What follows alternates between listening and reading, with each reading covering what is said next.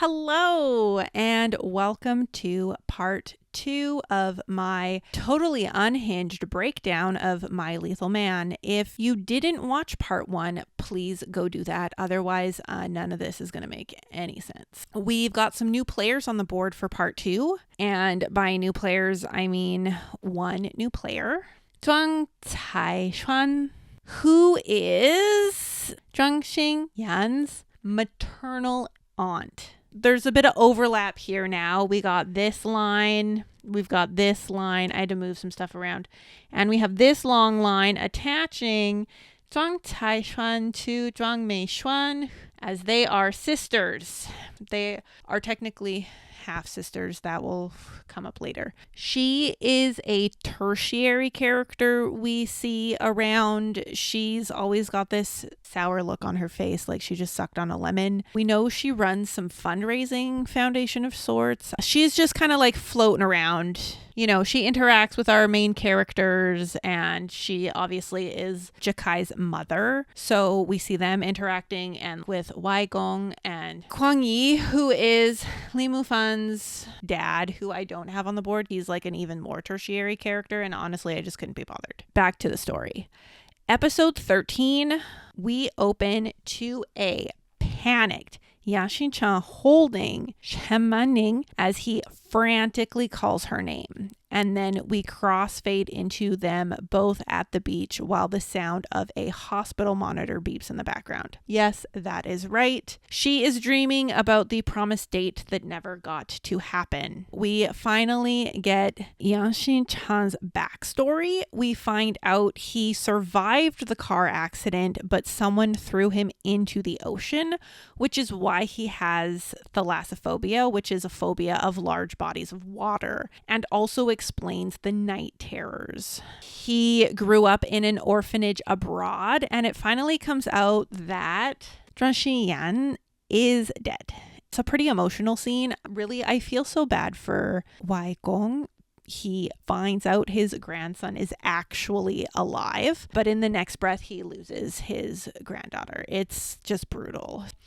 Shen Manning wakes up in the hospital, and Li Mufan tells her everything, like shows her the news article that he is Yan Yi, and she understandably loses it and says she needs to talk to Yaxin Chan immediately, but she can't because Fan Xiang and Yuan Shui are guarding her at the hospital. And Mei Na actually annoys me here a bit because she just keeps telling our lovely girl here that it's over. You never need to see him again. You can go back to your old life. Just forget about him. It's over. Great, thanks. Why don't you say something useful? They're like basically trauma bonded at this point, you know? Like there is no going back. Well, come on. So eventually she begs Mei Na to help her escape so she can go see Yaxin Chan one more time. They have a funeral procession for Zhuang Xingyan, and then Shen Manning and Yaxin Chan finally meet somewhat randomly in the street. Yaxin Chan, clearly emotional seeing her again, reels himself in. At this point, he is in deep, guys.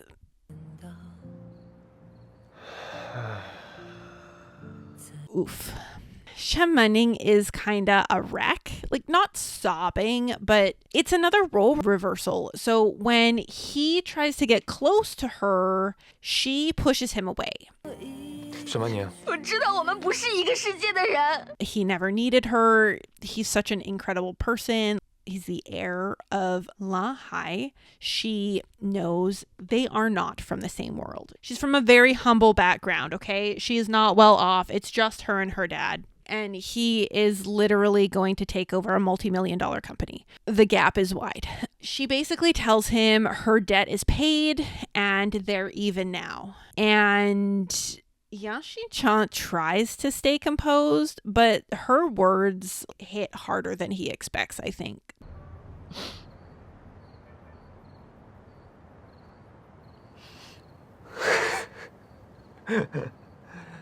Because, I mean, he trusted her. He found comfort in her, and now he's alone again. She gives the engagement ring back, and she bites his finger, and then she runs into the rain.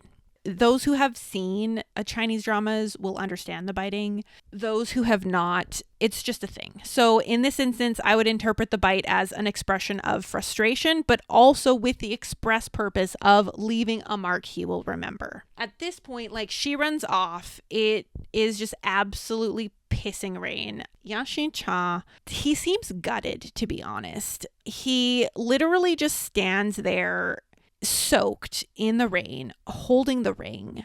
I don't know what he was hoping for. Not that, though. And really, he waited too long to tell her. It's such a good scene, but so hard to watch.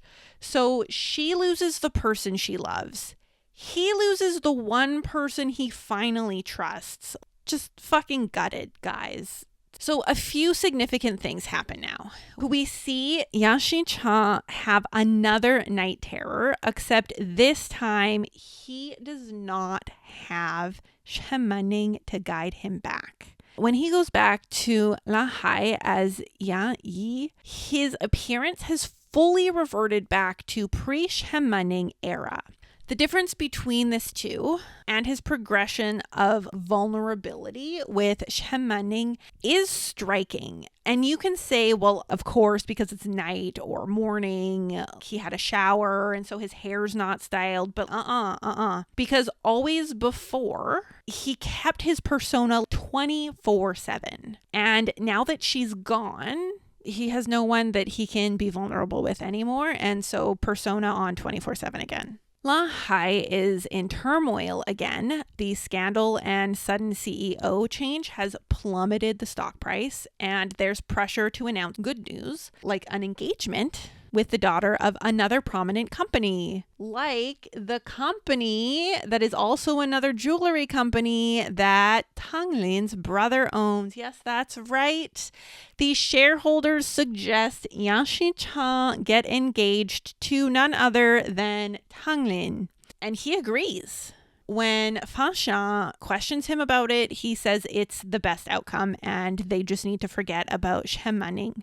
Meanwhile, Shen Manning wakes up in her old life in a daze. Everything feels surreal, like waking up from a very long and vivid dream. Li Mufan asks her to consult on some projects. She's unsure, obviously, because he still works for La Hai, but he suggests they start over. This time, she is just artist Shen Manning.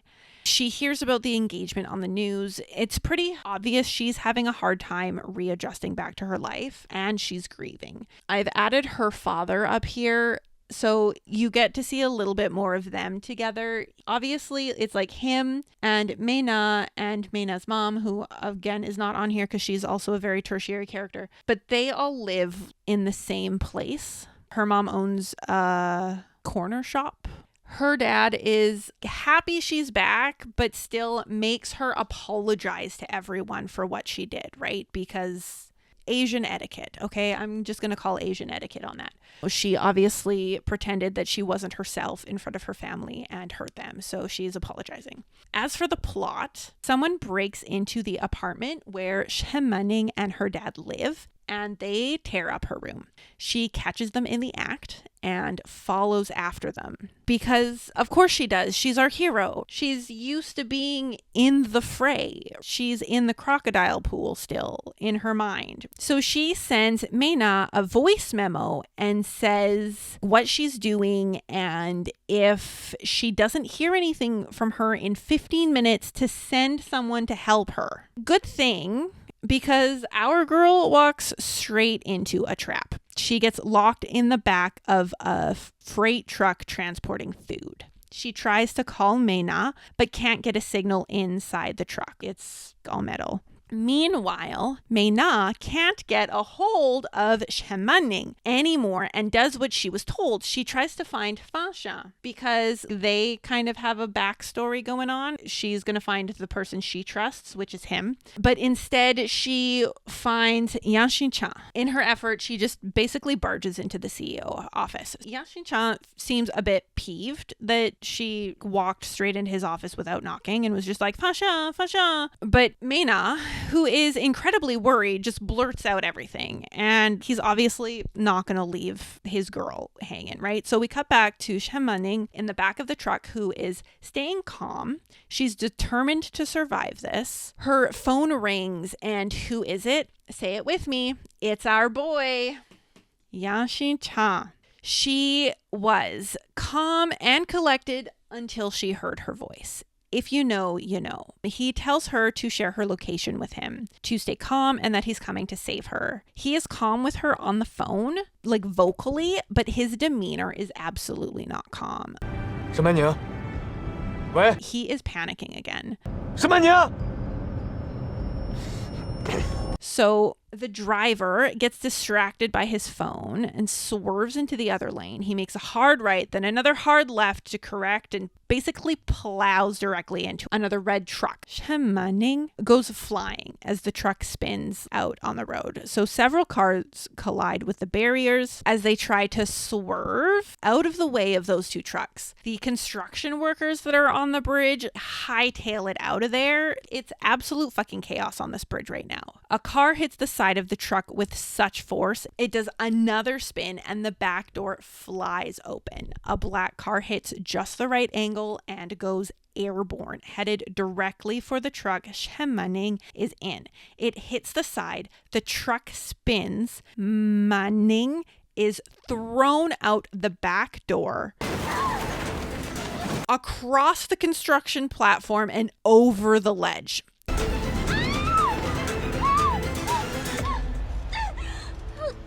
She manages, by some miracle, to grab hold of some of the scaffolding on the side of the bridge. Yashin Cha hits the bridge, swerving in between the crashed vehicles, desperately trying to get to Manning in time. She calls his name, and he is fucking running, guys. Her fingers finally slip and she plummets to the water below just as Yashin Cha reaches the railing. He yells her name so loud. But she is already gone below the water. He jumps onto the construction platform and stares at the water below. Obviously, the civilians around are thinking that he's about to jump. They're like, bro, like, get off. Bro's got thalassophobia, okay? He's staring at this large body of water and he is fucking panicking, okay? But the panic is not for Manya, but it is the fear, right? It is his PTSD of being in large bodies of water. His head starts to spin, the sound of his pounding heartbeat thumping in his ears. He is caught in a flashback. He is back in the water, but now is not the time for panic. He closes his eyes. He takes a deep breath. He calms all of those emotions swirling around inside of him. He runs for the edge and he fucking jumps to the water below. By sheer force of will, this man gets his love out of the water and to the nearby beach before collapsing in the sand,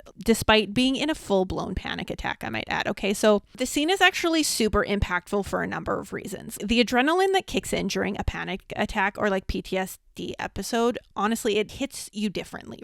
And a person's ability to override that intense fight or flight response is a testament to how strong their will is to save that person. His face as he's trudging out of the water, and when he finally collapses, even the way he calls her name, he tries to lift her again, but he's losing it. He can't. He falls over. And in that moment, his only thought is to catch Manning's head as she's falling over. So she is not injured. Boy over here is literally on the brink of death. His only thought is, I have to make sure she doesn't hit her head. He tries to leave the scene, but at this point is just so far gone, he can't even walk. He falls over repeatedly. People finally arrive, namely Meina, Li Mufan, Fasha, and Yuan Shui. They all are like running. These two go to our girly here, and these two obviously run to their boss. Fasha and Yuan Shui, their reaction in this moment really signals the depths of their relationship as well. Fasha gets Yashin Cha onto Yuan Shui's back, You can tell they immediately go into action and know exactly what to do. So it makes it seem like this is not the first time dealing with one of his panic attacks. So he wakes up in the hospital and Tanglin is there, and he very obviously doesn't give two shits about her and repeatedly tells her to leave. She asks why he would jump into the water when he has a phobia, and he says it has nothing to do with her, but she won't let it go because it's Tanglin, like she doesn't let anything go. So she keeps asking like why he would do it and basically saying that he's a fucking idiot. And his response, honestly, it hits. It hits so hard. He says, I wanted to save her. She's like, in order to save her, you would even give up your own life? She doesn't understand this at this point in her character development. She does not understand. And he says, there is always someone in this world who is more important than your own life. It just fucking hits so hard. So just like Shemaning ate the mango, Yanshin-chan jumped into the ocean. We jump to Shemaning, who is awake now. Li Mufan is there. She asks if someone saved her because she was sure she heard someone call her name. Li Mufan lies by omission. He says many people saved her, like the firefighters and the police and the paramedics and all that. And then basically scolds her for going after the burglar. We get a really emotional phone call during this time between our two main leads. As they look outside a hospital window, Yanshin-chan is very distant and unresponsive to her. Not because he doesn't care, but I honestly think it's just too painful. Like, in order to continue with the plan, he has to shut everything off. He has to cut off his humanity. So without the person who literally brings out his humanity, it's slowly disappearing again. Shemaning tells him about Andromeda's pink star. If a couple sees it together, it means they'll be together forever.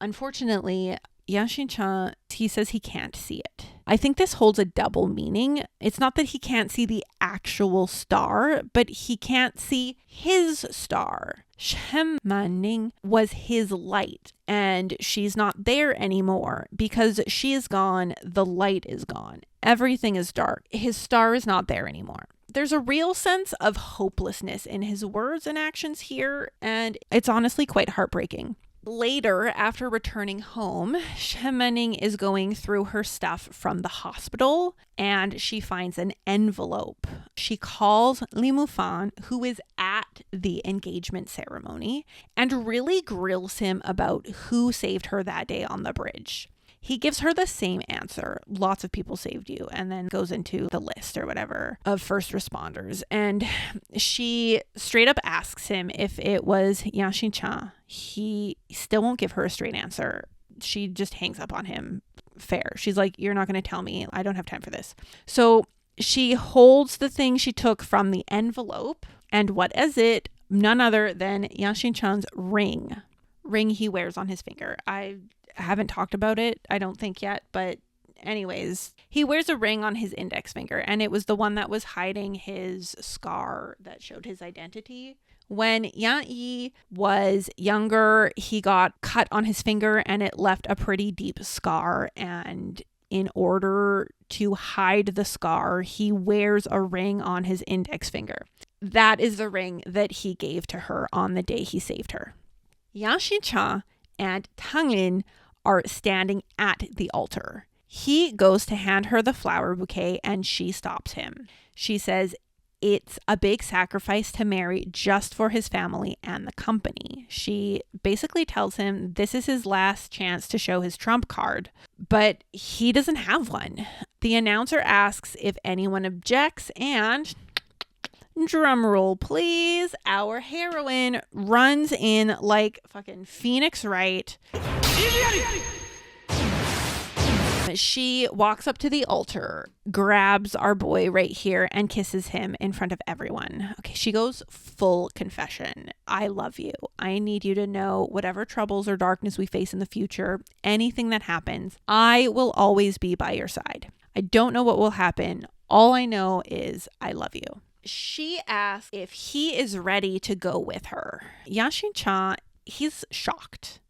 He looks back to Tanglin And he looks out to the guests and the media and his family, and he's just stunned, speechless. Shen Manning says it doesn't matter if he can go with her now. She takes his hand, puts the ring on his finger, and says, once you wear my ring, you are mine. She turns and walks away, back down the aisle like the goddamn motherfucking queen that she is, okay? Yan Xincha finally comes out of his shocked daze. He marches after her, picks her up, and says, you put a ring on me. How could you just leave? He confesses, I'm yours, and she kisses him. She kisses him passionately in front of everyone. Okay, guys, I don't know if you remember, but this is Asia. Okay, people are starting to look uncomfortable by their PDA. They look away. Our leads run out of the venue, down the way to the pier at the beach. It's an epic exit.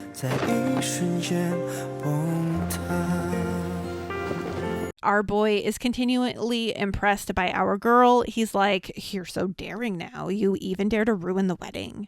And she replies, not only did I ruin the wedding, but I also kidnapped the groom. And Yan Xincha, not one to let this playful moment go, like, here's some questions like, what if the Zhuang family chases you out? And she's like, I'm not afraid. I have you with me. And he's like, what if Tanglin gives you a hard time again? She's like, you'll protect me. It's fine. Yan Xincha is thinking now. He's like, what if I hadn't gone with you? And our girl, she is a confident queen, okay? She's like, then I try to snatch you for the second, third, and fourth time. I'm confident you'll leave with me at least once. They're both being playful during this exchange, and you can see their dynamic shifting again. Remember, every time Manning shows her character as a trustworthy person, say it with me, it triggers Xinchang's humanity. It's here that he finally confesses everything to her about the murders, about how dangerous things were, why he couldn't reveal his identity, all of the things. He apologizes in his own way by expressing regret for having dragged her into the whole mess. She reminds him that she came back voluntarily, but he presses that it still wasn't the right thing to do. Manning follows up all of this truth-telling by reaffirming her support for him and encouraging him that he must find the murderer. But he has to promise her one thing, to which he immediately agrees to do anything she says. In the future, no matter what happens, he can't keep it to himself. He has to tell her and share the burden. She knows his history. She knows his tendencies. She is reinforcing this for a reason. And I do love this role reversal a bit. At the beginning of the drama, Shen Manning had no control and was completely at the whims of Yan Xincha and whatever he told her. But now she is the one in control. She is the one coming to his rescue, and he is the one doing whatever she tells him. Sorry, guys, I had to get a bit more comfortable. My back's starting to hurt. She asks him, the Aiwama, which is, do you love me? He doesn't get a chance to give her an answer because the fireworks are set off by Fan Xian and Mei Na, who are trying to create a more romantic atmosphere for our lovebirds who have just eloped from the engagement ceremony. But our girl is not about to let that go. She pushes him up against the railing, leans in close, and asks again, do you love me? We are really getting a much more confident Shen Manning now. We get an inconclusive, what do you think, from our boy as he pushes her back and passionately kisses her. He still struggles to say the words aloud, even though it's so obvious in the way he looks at her, just like pure adoration and respect, okay? He obviously loves her, but he is still struggling to say the words out loud. From here, we get some side plots. We get Tang Lin's downfall after the engagement, where she is helped by Li Mufang. We get some more Fan Xian, Mei Na, and Yuan Shuai side plots because they are their own kind of trio in the background of the story. We might get some Zhuang Caishuan and Weigong ones. Like, honestly, I'm not sure. They're just side plots. And then we do get a threat from one of our main antagonists who is always shadowed and voice distorted. So we don't know who it is yet, but they are pissed that he ran away from the engagement ceremony and put the company at risk again. So then we jump to Yan Xincha at the company being not so subtly followed as he leaves and goes to his car. door. He corners the person and attacks, only to find out it is none other than our heroine, Shen Mening, who is there to pick him up from work and asks if he'd like to elope with her. She grabs his keys from his pocket, opens his door, blocks his head as he gets in. Again, total role reversal. 来 She is the man in this relationship right now, okay? Let's be real. Folks, I'm a boy. He asks if she knows how to drive. She cracks a joke. That's my boy. He seems legitimately worried, and she's just being playful with him. She leans over real close. You see Shin-chan swallow 3 times. He is giving off such nervous energy at the close proximity to her.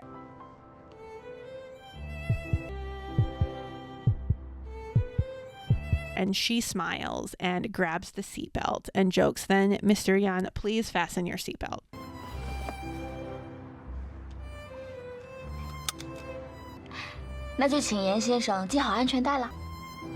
I love the role reversal. It's such a breath of fucking fresh air. She drives them pretty far out of the city so they can see the stars. And she reminds him that if a couple sees Andromeda's pink star together, it means they'll be together forever. He seems to find this both funny and endearing, and he kind of makes fun of her a little for believing this stuff. He calls her a little girl. Completely unfazed, she starts to undo the buttons of his suit jacket, and he's like, what are you doing? And tries to run away. She obviously doesn't let him escape. She pushes him back against the car and continues to aggressively undo the buttons of his vest, stating, when you're with me, you should undo these ties and buttons. This, again, has a double meaning here. Kind of like the progression of his hairstyles. It's not about the clothes, but about what the clothes represent. The facade, the mask. When you are with me, you are yourself. So his expression fully transforms after this. It's so much softer now. And he's like, okay, when I'm with you, I won't wear these things, meaning the mask. He can basically just relax and not have to worry about things. And then as if he's going to catch her, he's like, but do you have a change of clothes? As if our heroine wouldn't. Of course I do, she says. I'm well prepared. So we get more playfulness as he changes, and then another pretty hefty confession from him. He says, all of me is yours from now on. Here we start to see a divide in Yang Xin-chan's personality, a chiaroscuro of sorts. This strong contrast between light and dark. The person he is in the world and the person he is with Shen Mening. This is further demonstrated to us when Jakai confronts him at the company about everything going on. Jakai goes off about a bunch of non-confident stuff, talking to the media and an upcoming shareholders meeting where he plans to challenge Yang Xin-chan's position as CEO. Whoever has the most shares will be the winner, basically. This is a power scene as Xin-chan grabs Jakai, slams him into the desk. 你到底想说什么? Flicks the lid off his pen, flips the pen around, and slams the nib a mere inch from Jakai's eyeball.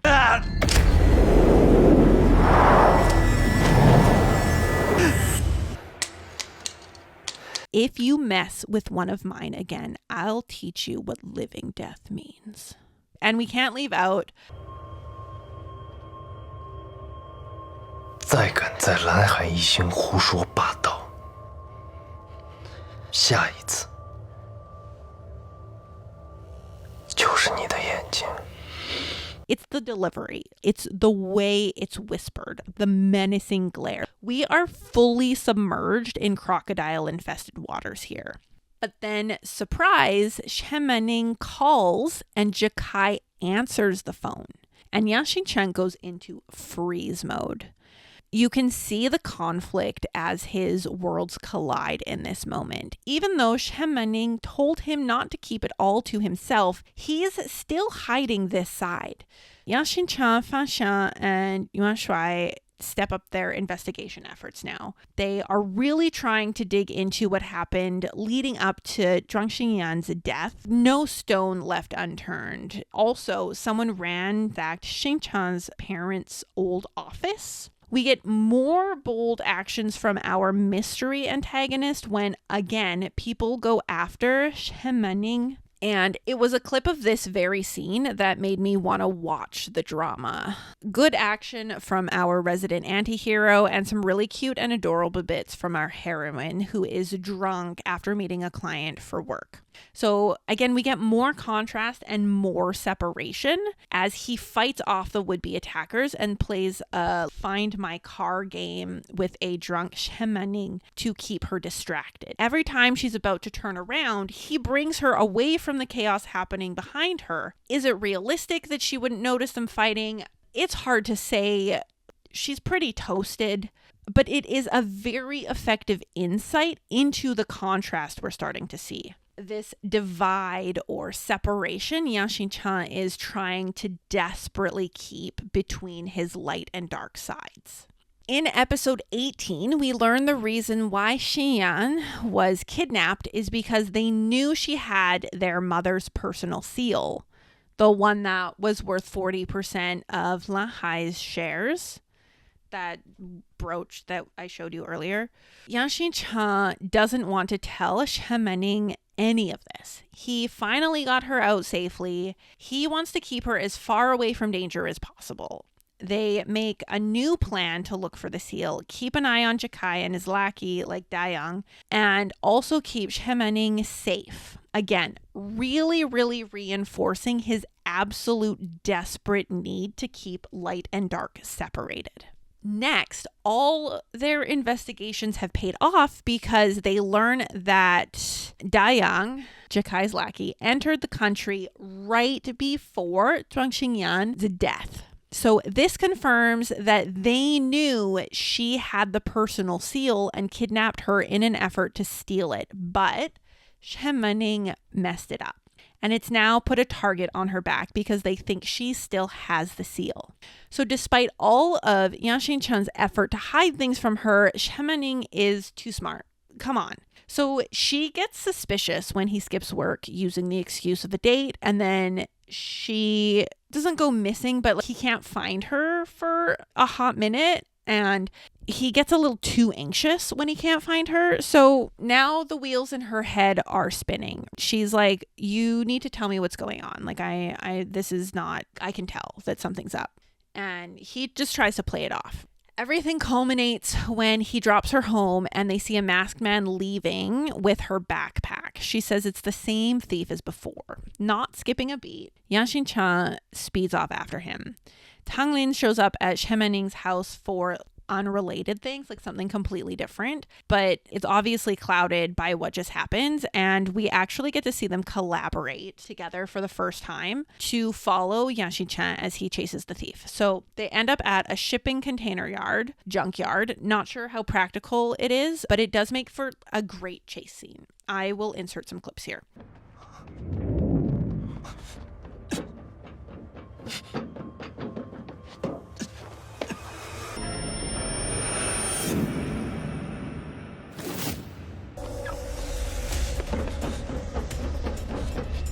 The thief tosses whatever Yang Xinchang thinks he's looking for. He tosses it into a car. Yang Xinchang breaks the window trying to get to it. Shemaning and Talin run in just as the thief hits a button and a car falls on top of the car that we just saw Yang Xinchang trying to get into. Things are tense, okay? Everyone is in shock. Manning runs to the car, desperately calling Xinchang's name, trying to get into the car. She's basically inconsolable. Tang Lin is just like reeling because this is the first time she's actually physically been in this kind of situation. All of the shit going on in the Zhuang family. And so this is her entry point, okay? Her entry point is thinking that someone got crushed by a car and murdered. She is in shock. She is just like reeling. But obviously, our male lead, who is the main character, is not going to die. So from atop of one of the shipping containers, we hear Manya. And who is it? Like, of course, it's him. How did he get up there? Why is he up there? Do these questions even matter in this moment? So, like, regardless, at this point, it is not possible for him to keep hiding what's going on. So when Shemaning confronts him directly, he confesses everything.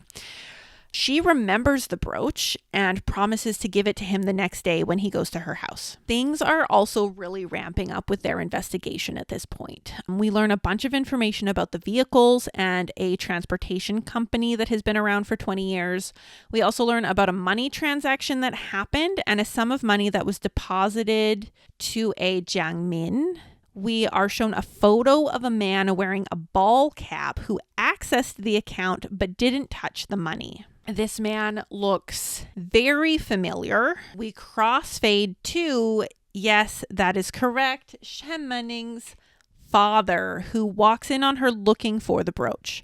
When she mentions the brooch, he has a very strange reaction. He reaches into his pocket and takes out the brooch. He seems to contemplate something before finally giving it to her.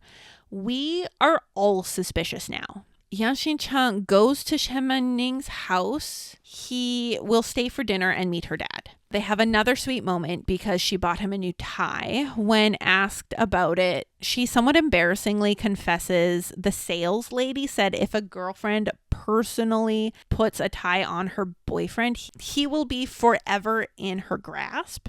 He again seems to find this cute or endearing, but this time he asks her why she believes all this, like Andromeda Star, the tie thing. She puts the tie around his neck and pulls and leans close and says, "Because I love you." And then she gets confused trying to put it on. He has to help her. There's, again, more lens flares than a fucking J.J. Abrams film. It's all very cute and sweet. We jump back to Shemaning's dad, who was looking through an old photo album. He got a text, "Bring me the brooch, otherwise the incident from 17 years ago, ... Just like ends in an ellipsis. There's a knock at the door. It's our two leads. Her dad, not impressed. "What do you mean you're dating the guy who brought you to his home?" She's like, "Dad, stop." Yang Xinchang thinks back to the ATM photo. He's like, "Actually, I have another name." Yan Yi. Dad, immediately uncomfortable, okay, asks Manning to go brew some tea. There is a really tense exchange that happens. 对，是蓝海集团大女儿的长子。我父亲是严厉，母亲是庄美轩，我还有一个妹妹。 Things are really heating up. 是啊。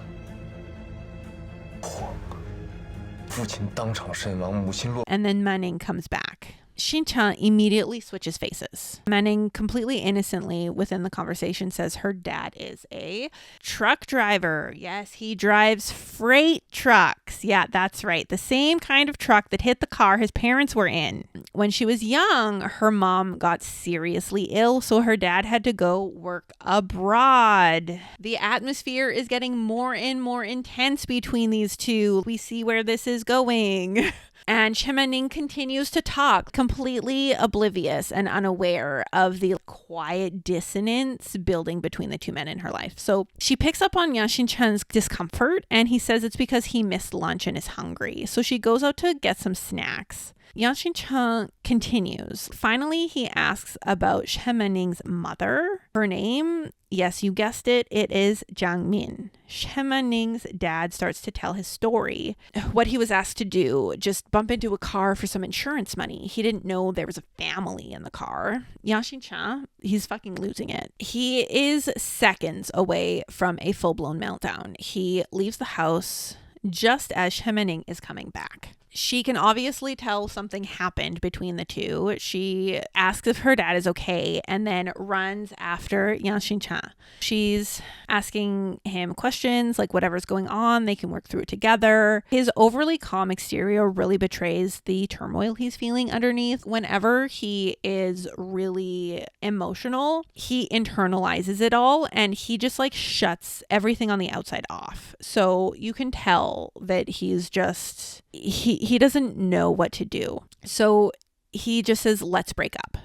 我说分手吧。 And obviously, she's like, what? Is this a test? Are you asking me to choose between you and my dad? I can't give you an answer right now. She takes the steps toward him, and he doesn't just step back. He fucking recoils, guys. A reasonable explanation, not an avoidance or a lie. She won't accept that he fell in love with someone else. So what does he say? He's like, well, I was using you. And he takes the brooch. And she's like, do you think I'm stupid? I said I wouldn't accept such excuses. Why are you using this to break up with me? She's basically calling his bullshit, but Yashin-chan is desperate for her to never know the truth about her dad. She can never know what he did. So he pulls the trigger on the gun he still has left, and he says, I never loved you.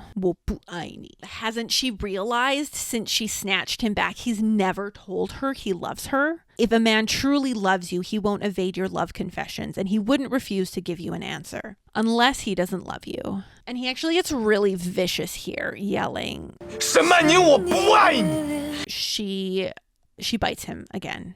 This time on the lip, and he really deserves it this time. He deserves it. Good on you, girl. And yeah, she leaves a mark. She tells him, you have to remember what you said today. I won't forgive you for the rest of my life.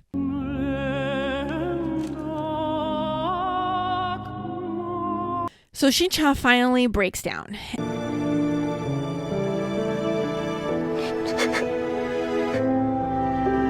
And now we finally see the culmination of the divide he has created. The panic when Jakai answered the phone, or the way he led her away from the attackers, or when he hid the danger of the brooch, right? Now that his dark side has collided with his light side, he pushes her back away from the dark and into the light.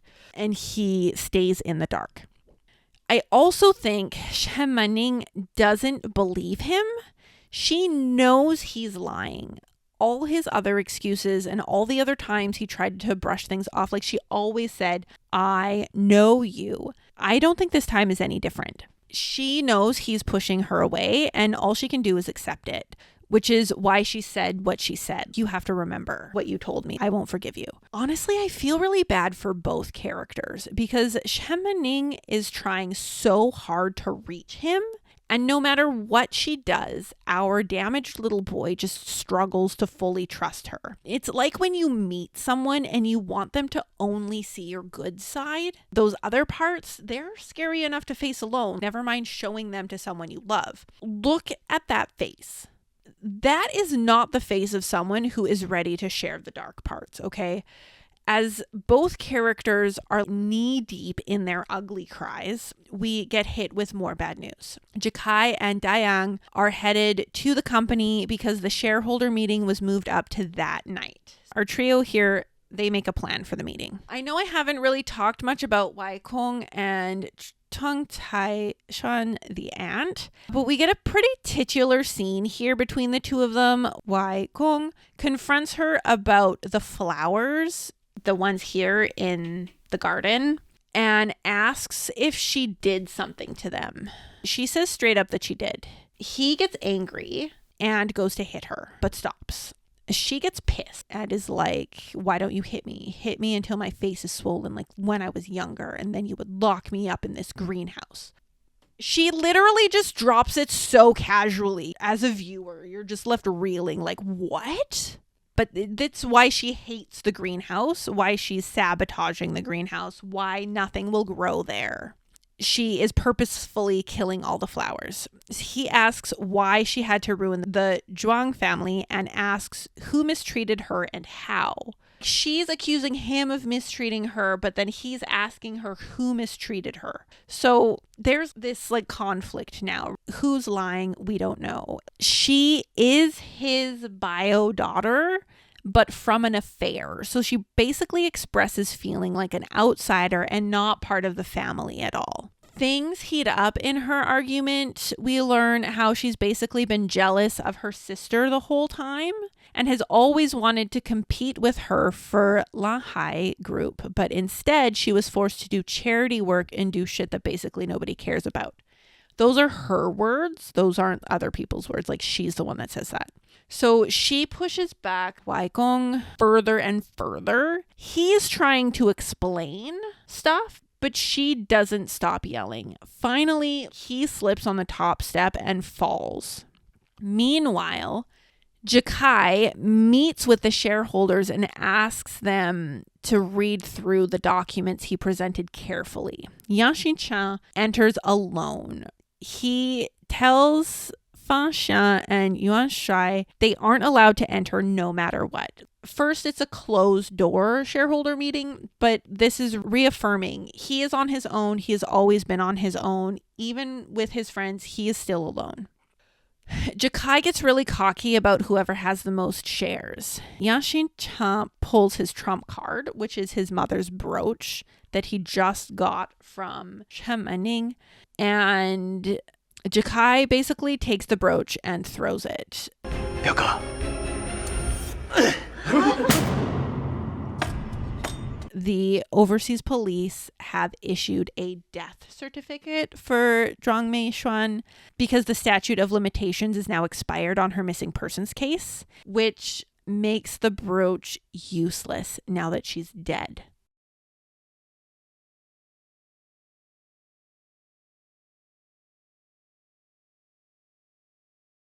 Remember what he said at the very beginning. Now that Zhuang Xinyan is gone, nobody can take over Lan Haishin because she had the majority shares. Jakai brings up imposter Zhuang Xinyan and brings into question Yan Yi's identity as well. He's basically, again, trying to pull a non-confidence thing so the shareholders will vote him out and vote someone else in who obviously Jakai is hoping will be him, right? Because he is the other grandson of Waigong. So on the other side, Shen Mening and her dad pack their suitcases and rush out into a taxi. Literally, Meina's mom is running after them asking what is wrong? What is going on? Why are they leaving? She calls Meina. And honestly, I have no fucking clue why they're leaving. Why are they leaving? I also don't know what is going on. So Tang Lin and Li Mufan show up at the house. He says he's going to run up and quickly talk to Shen Mening. Tang Lin says she'll wait for him. Right, I forgot to mention this before, but Li Mufan found out about Shen Mening's dad from his dad. What did I say? His name was Guang Yi. So he knows what happened with the freight truck. He knows that the last name was Shen. Meina's mom hears Li Mufan pounding on the door and asks what's going on because they just packed their luggage and left in a taxi. Tang Lin at this moment gets a call from her brother who tells her the Zhuang family is doomed. We jump back to the meeting and Xincha and Jakai are literally 出现在蓝海一心。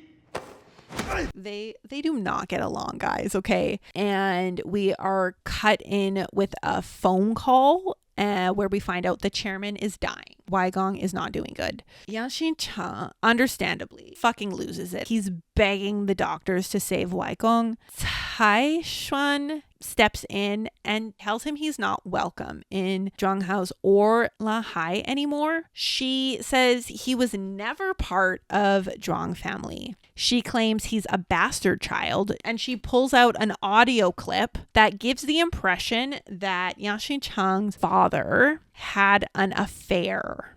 你觉得你拿这种东西，我就会怀疑我的父亲和母亲。 You guys, my dad is retarded, but he's not that retarded. She said she's already released the audio to the public so he can forget about Zhuang family and Lahai. And it is at this moment that Waigong flatlines. That is right. Waigong officially passes away. Li Mufan and Tang Lin finally catch up to Shen Mening and her dad in the taxi. They get out of the taxi and they go to just some covered place outside. And Li Mufan tells Shen Mening about her dad's involvement with Yang Xinchang's parents. She is understandably upset. Li Mufan tries to talk to her, but she just says she wants to be alone. They go to a cafe, basically. She is just reeling from the fact that her dad is involved in their accident, as anyone would be. This is when Tanglin's brother enters the cafe. He's basically there to take Tanglin home because everything is in chaos. And he says that the collaboration between his company and Lahai Ishin is not happening anymore. Through him, Shemaning learns about Waikong's passing and also about Yanshin Cheng being pushed out of Lahai and Zhuang family. So much going on, guys. Okay, so then we circle back to Yanshin Cheng, who is officially alone now, okay? He has no one and nothing. Everyone he ever loved has left. His whole family is dead, including his grandfather now.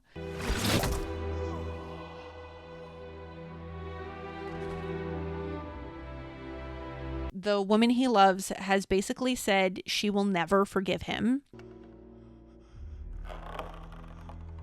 And he's been completely pushed out of the company.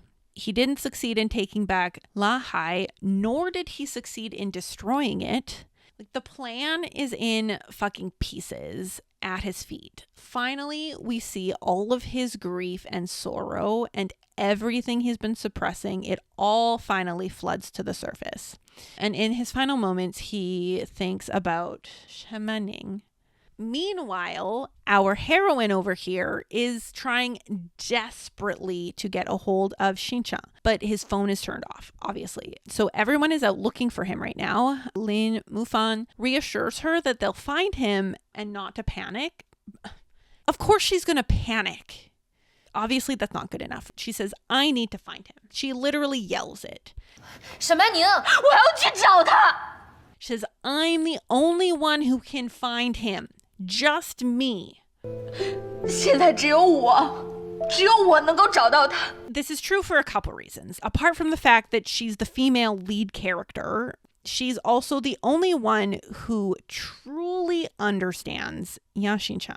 When she says, if I find him, he'll come back, she doesn't just mean their physical location, she means mentally and emotionally as well, because of their connection. And she does. It takes a while, but finally, as she's running along near the water, she finds his ring. Yes, the same ring that he gave to her and then she gave to him, and now it's back with her.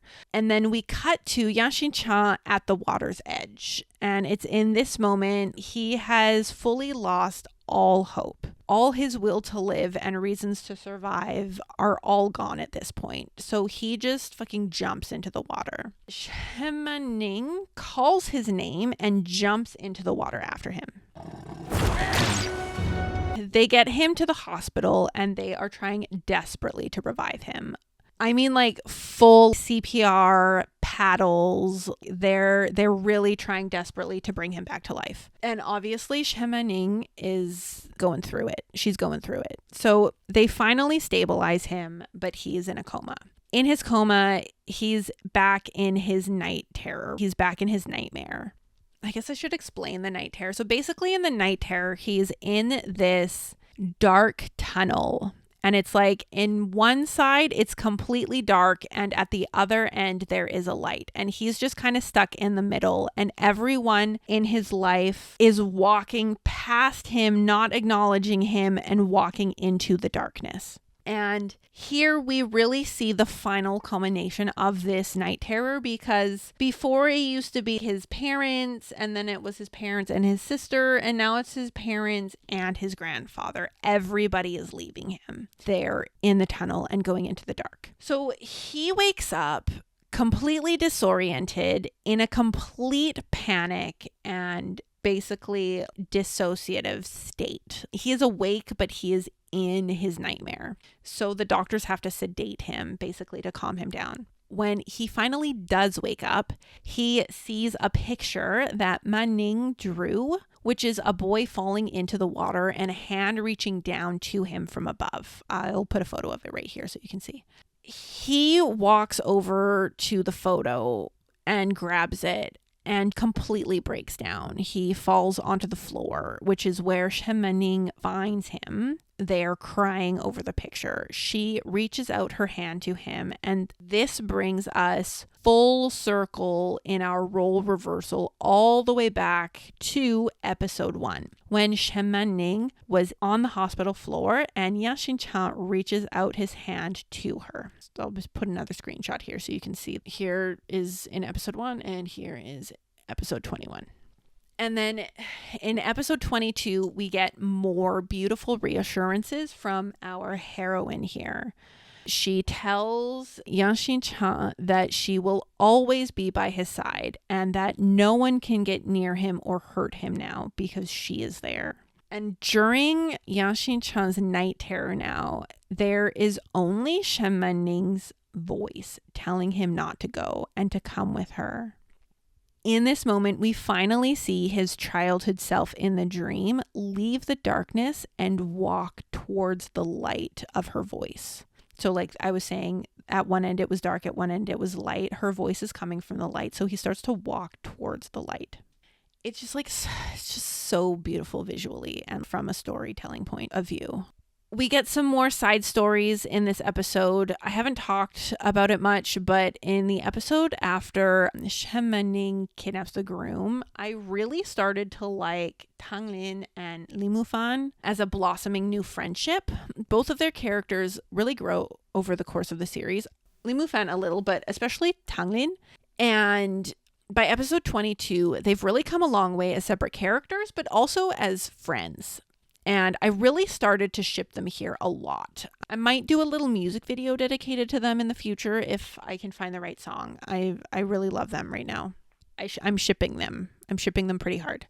So anyways, moving back to the main story, Yang Xinchang has entered a prolonged dissociative state. We see a little in the hospital, but we get an even clearer picture once they return home. And they return to Yang Xinchang's home.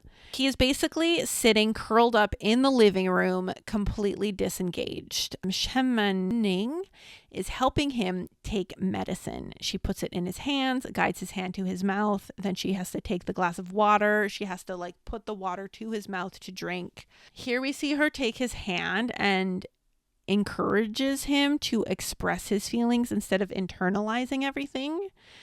She puts her other hand to his face, and we see Yang Xinchang take her hand away from her face, pull his hand from hers, and he just completely disengages here. During his backstory in episode 13, we do get a scene similar when they show his childhood self in the orphanage, where he's sitting on the floor in a curled up position, and he's completely disengaged from what's happening around him, including when people talk directly to him. So not only is this set up as a pattern, but it's also very common in people with childhood trauma. This is probably one of the most realistic portrayals I have seen in a run-of-the-mill Asian drama to a character with childhood trauma who has then experienced extensive stress and re-traumatization in adulthood. And not to get all psychology based on you, but oftentimes in dramas, the characters, they just kind of bounce back, but he does not. He is in a fully dissociative state. He is fully disengaged. He is not able to do anything for himself or take care of himself in this moment. And Shenmening really steps up to take care of him.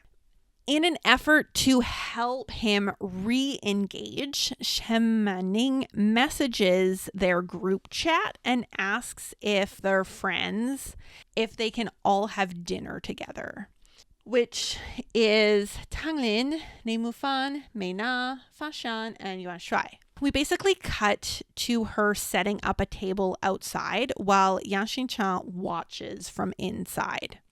And there is a bouquet of white flowers in the middle of the table that we cut to, which is a seemingly insignificant table decoration, but it actually holds a threefold meaning here.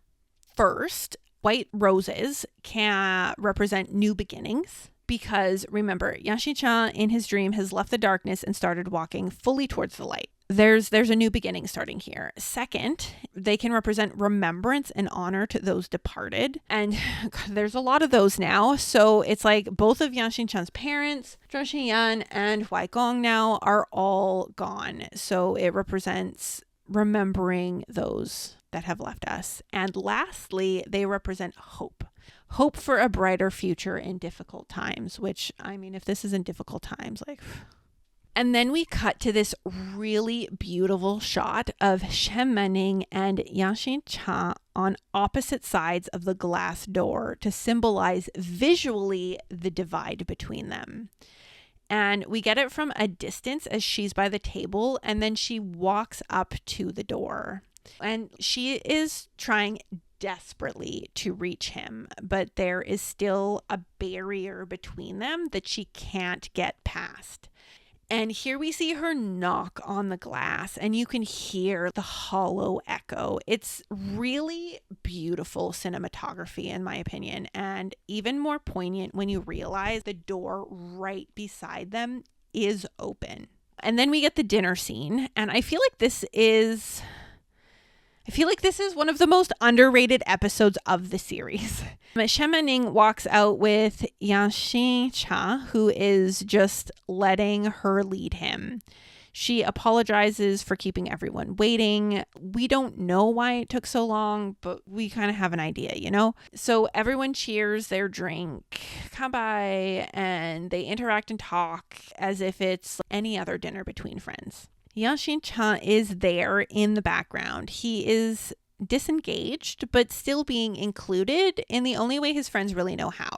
And they start talking about the design competition, and Shen Mening takes Yang Xincha's hand, which prompts a response from him. He looks down at their hands, like intertwined. She comments that she wants to stay with him during this time, and maybe she'll enter the design competition next time. There's a bit of a pause, but like a quiet understanding, and then Meina clears her throat and Yang Xincha engages with the sound by looking over at her. These are very subtle, but you can see the progression from him being completely disengaged and unresponsive to now showing a response, even if it's small. At one point, Shen Mening asks if he's tired, and he shakes his head no. 累不累？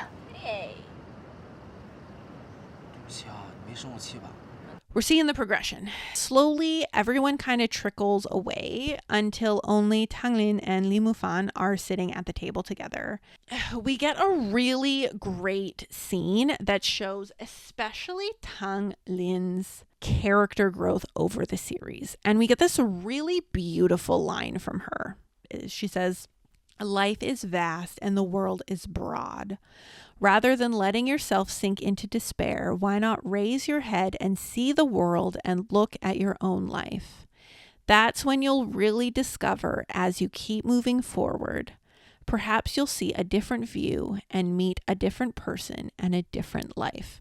You really see her growth as a person, going from when all she cared about was stealing Yang Xincha away from Shen Mening at any cost, and her basically like bullying our poor girl, trying to get her to crack and exposed as a fraud. And now she's finally able to let things go and move on. And she's able to have a different perspective. She's able to see a different perspective because she's stepped back and grown. These two, they smile a bit awkwardly at each other. And for the first time, we feel a bit of tension between them. The good kind, of course. And then we get this really adoring look as Tanglin glances over at Li Mufan.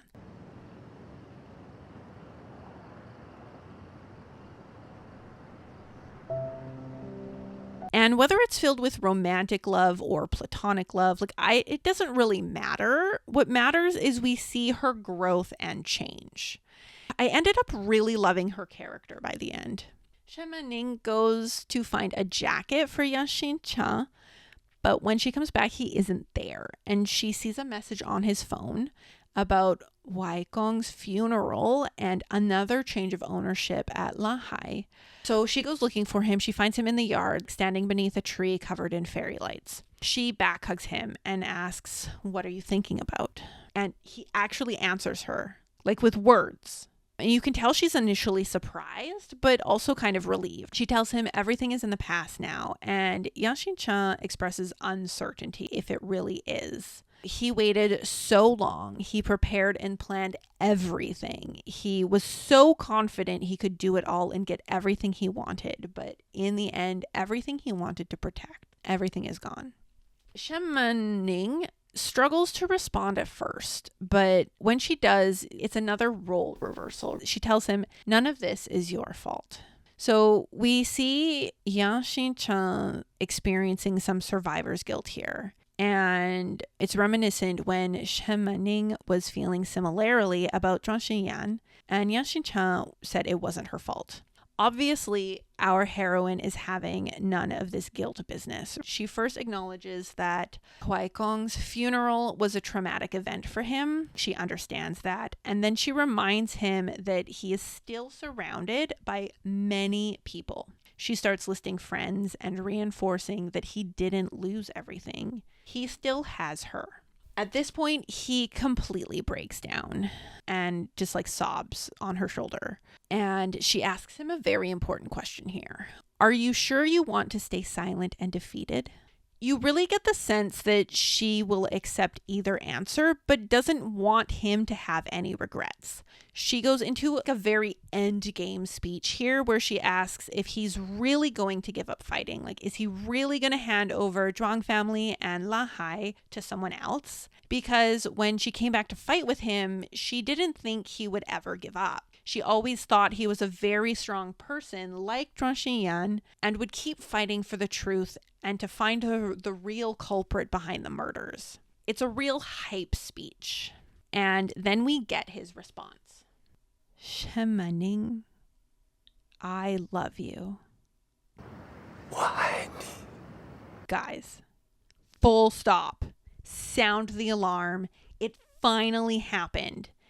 This is both the most organic and best placed confession within the story. All those times when she asked, "Do you love me?" and he'd answer, "What do you think?" We knew the answer, okay? Like, sure. Of course he did.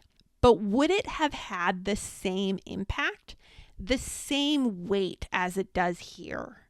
No. He is again left speechless and in awe of her, and we get an absolutely beautiful confession from him here. First, he never thought he would ever meet a girl like her. And second, he never imagined he could have this kind of love. He never thought he could love anyone. 我以为我不会爱任何人了，但是沈曼宁，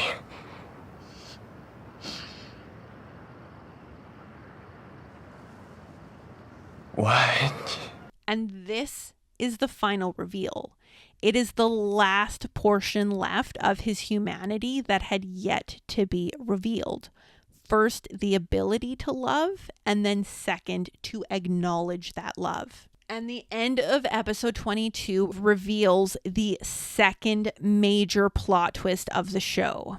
Li Mufang meets Tang Lin a ways like several cities over because she found a very important person living in a care facility.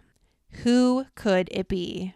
Yes, the only other missing character, Zhuang Meishuan, Yang Xinchen's mother. Guys, she's still alive. From episode 23 on, there is a shift. I almost want to argue that Yang Xinchen code switches here from anti-hero to hero. Before he was working in tandem with Fan Xiang and Yuan Shuai, but ultimately he was still alone. He was still their boss. There was still a distance. Even when Shen Mening came back, there was always a distance. He kept everyone at arm's length. Now that distance is gone, so he is truly working together with them. We are given more missing puzzle pieces in the investigation when Shen Maning's dad shows up to the house. He basically tells them that the paper trail of the accident back then will never tell them who the real culprit is, because he isn't the one who actually crashed into Yang Xincheng's parents' car. The thing he was trying to say that day, but never got a chance to. So he says he was supposed to, but couldn't go through with it. And after he witnessed another freight truck hit their car, but him and his company ultimately took the blame for it. So he wanted to tell the truth, but he was terrified that whoever killed Yang Xincheng's parents would hurt Shen Maning and his wife. Obviously, they had literally just murdered an entire family. So it's not a far stretch to think they'd hurt him and his family. You know what I mean? If he tried to go to the police with information. So her dad gives a very emotional and sincere apology to Yang Xincheng here. And then Shen Maning, our smart girl, has a realization. Someone arranged the car accident twice. Same with her and Xian. They were also hit twice. Her dad also confesses about the message he got about the brooch. Shen Maning and now Yang Xincheng, who is following her thought process, realize all these people are not the same people. So this whole time they've been trying to put all the clues together, but the real culprit is the one hiding behind all of the others. So when someone caused trouble or harm, the real culprit would strike the fatal blow at the pivotal moment. I know right now you're asking, like, but where are the police in all of this? If there's a murder on the loose, why aren't they giving this information to the actual police and letting the investigation go through the proper authorities? And, like, does this look like real life to you? Is that even an exciting storyline? No, it's not. Would you be watching Spider-Man if he just went to the police every fucking robbery? Like, of course not. So just shut the fuck up and strap in, bitches, because shit's going fucking down in the final act, okay? Our main three investigators, Yang Xincheng, Fan Shan, and Yuan Shuai, are in front of the board with all of the clippings and photos, okay? They are pulling everything off. They are dismantling literal years of information gathering. And what are we left with? That's right. We are left with one name, a single player, the one who has been hiding behind the scenes the entire time. Zhang Caishuan. We get one final tender scene between Yang Xincheng and Shen Maning where he asks for a little bit of time to finish everything. And since she's the one who encouraged him to do this, obviously she agrees and says she'll wait for him. And then he says he'll give her a gift. Can you guess what it is? It's the star. Yes, Andromeda's pink star. And this is really cute because remember before he kept calling her a child and asking why she believed in such superstitions? But now he tells her, they say when you and your loved one sees the star together, you'll be together forever. Guys, he is literally healing his inner child right now, okay? I mean, will he still need therapy? Probably. But this character development is fucking divine. These things that happen and then episodes later pay off in plot lines and character growth is just like fucking chef's kiss. What happens next is truly a hero's move. Yang Xincheng calls a closed door shareholders meeting. Jakai, pissed. But we haven't even gotten started, okay? Yang Xincheng, why, he's at the head of the table. He spins around in his chair playing it so fucking cool.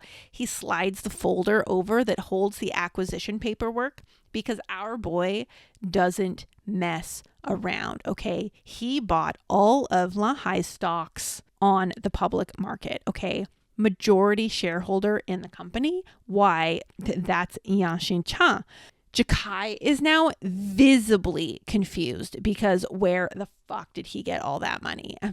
Bitch, please. His response is, 你当我这么多年在外面是混日子 Our boy doesn't need the company to live a good life, okay? He's doing just fine. His bank account is multiple digits.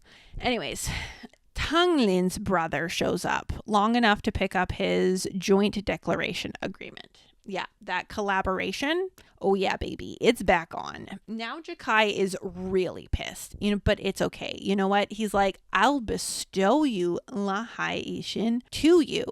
You can have it. But the House of Zhuang, don't even think about coming back. But our boy, oh no, he's just getting started. Yeah. His cool demeanor slips ever so slightly when Jakai and Dayang, they try to leave. And he basically just yells, no one can leave. And the doors lock shut. Yaxin Cha, with so much controlled anger, spits. 我要让你把欠下的债一点一点的给我还回来。 And then our beloved hero drops the bomb. How did you plot to harm Zhuang Xingyan and kidnap Shen Manning by mistake? How did you plan, follow, and set fire? Oh my gosh. Don't you know I'm a savage? Dayang at this point goes into a panic. Jakai is just deny. As if our trio wouldn't come with receipts. Fansha throws a stack of pictures from the surveillance cameras at them, and Dayang runs for the door only to be tackled by Yuan Shuai. Jakai at this point pleads with Yaxin Chan to believe he had no idea this was going on. I mean, they're cousins after all, blood relatives. And Yaxin Chan nods. Yeah, I believe you, he says before picking up a photo from the ground. But who is this person? 我相信你。但是这个人是谁呀？ The photo, Dayang and Jakai meeting in an underground parking lot. Jakai rips the photo up, challenges whether it can even be used as evidence before storming off, but the damage has been done. Lahai Ishin is back in the hands of its rightful owner, okay? Next stop, the House of Zhuang. But this time, not alone. Our beloved heroine, Shen Manning, is here this time. When they walk through the door, Jakai is running to mommy with all of his woes about how Lahai has been taken away. But Zhuang Cai Xuan doesn't care about Lahai. All she cares about is Zhuang family. She tells Yaxin Chan to take his identity and ambition and get out of her house. Identity? He laughs. Qualification? He pulls out his phone and plays the real clip and not the one Zhuang Cai Xuan fabricated. Does she care? No, because they're dead. She says it over and over again. They're dead. They died. Girl, do I have news for you? So here we get another long standing payoff. So in the living room, there is a giant painting of the ocean waves.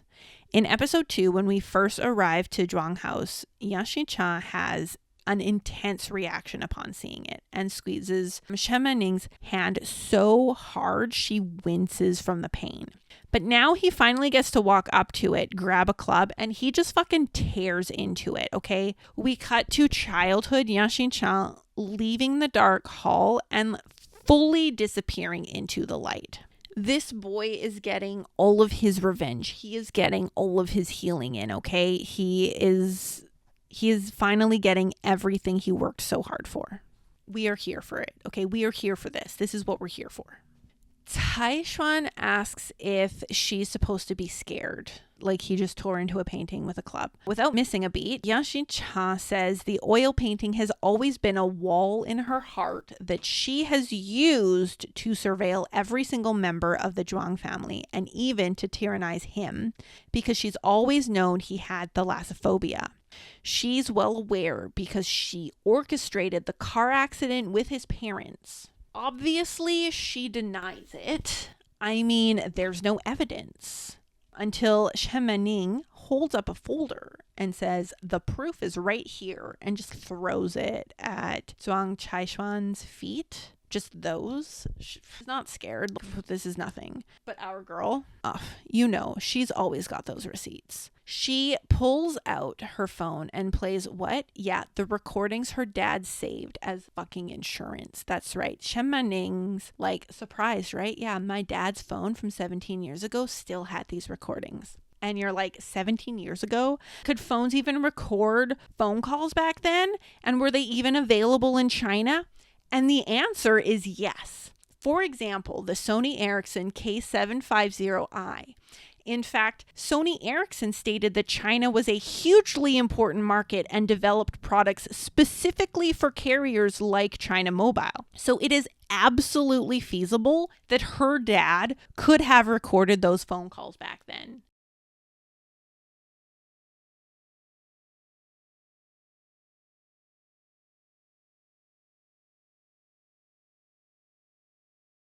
Just saying. Also, suspension of disbelief gone, okay? Anyways, now, she's not about to start confessing to anything, right? But Chen Maning, yeah, that's right. She takes fucking names, this girl, okay? She is our queen. Because she was also a witness to Zhuang Xingyan's accident and knows it was also a secondary impact. Yang Xingchen steps back in with, confessing your crimes is your last chance to redeem yourself. And finally, we hear from Lin Guangyi, Lin Mufan's dad, the one who was Weigong's right-hand man all these years, the ones whose photo that I didn't print just for this scene. He urges Zhuang Caishuan to admit her wrongdoings. He says it was the last word from the chairman before he died. And now you're like, what? Guys, they play a fucking video of Weigong where he confesses to knowing this whole time that she was the fucking murderer. But he concealed it for selfish reasons because he didn't want to lose both daughters. Are you fucking kidding me? He says he was waiting this whole time for her to confess, but she didn't. And he expresses regret and says he was wrong in the end because all he ended up doing was encouraging her misguided behavior. Oh my God. Be so fucking for real, guys. Okay, so Caishuan finally cracks. She throws a glass at Lin.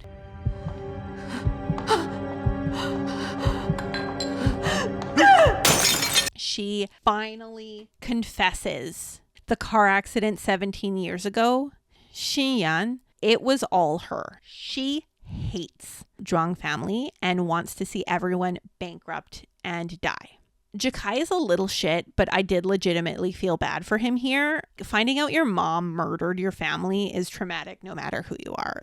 I still hate him and he sucks, but bro, nobody deserves that. So Zhuang Caishuan flees the house. Yang Xingchen goes after her. Chen Maning follows close behind. Mr. Lin calls Li Mufan and tells him to come home immediately and to also call the police. Hallelujah, okay? Finally. Oh my God, they're finally calling the authorities. Caishuan hits the gazebo and starts destroying all the flowers and pots, okay? Meanwhile, the rest of the posse arrive at the house finally. This includes Lin Mufan, Tang Lin, Fa Xian, and Yuan Shuai. We learn more about Zhuang Meishuan's circumstances and that it was actually Tang Lin's brother who found her. Originally after the accident, she was thrown into the ocean and was found by the locals, but she had no memory of what happened. That's how she basically ended up in the care home. Yang Xingchen and Chen Maning confront Zhuang Caishuan in the gazebo greenhouse. She's not just tossing things on the ground now, but also at Xingchen. Maning charges at Caishuan to try and stop her, but that backfires. So after like a tense minute of having a garden trowel shoved at her neck, Yuan Shuai sneaks up behind and intercepts, allowing Yang Xingchen to pull Chen Maning to safety. From behind, now they hear a voice. It is Meishuan. Yang Xingchen fucking shocked, okay? Caishuan in complete disbelief, okay? This is the beginning of several emotional reunions. You can tell Yang Xin-chan is reeling from the revelation that his mom is actually alive.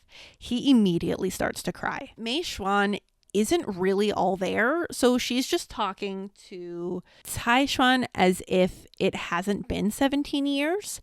And because she's so oblivious, she just drops bomb after bomb. Their true feelings for her, how their dad started a new company specifically for her, about her place within Zhuang family. Cai Xuan has one final outburst where Mei Xuan just rounds her up in a big ol' hug, and Cai Xuan just absolutely fucking loses it.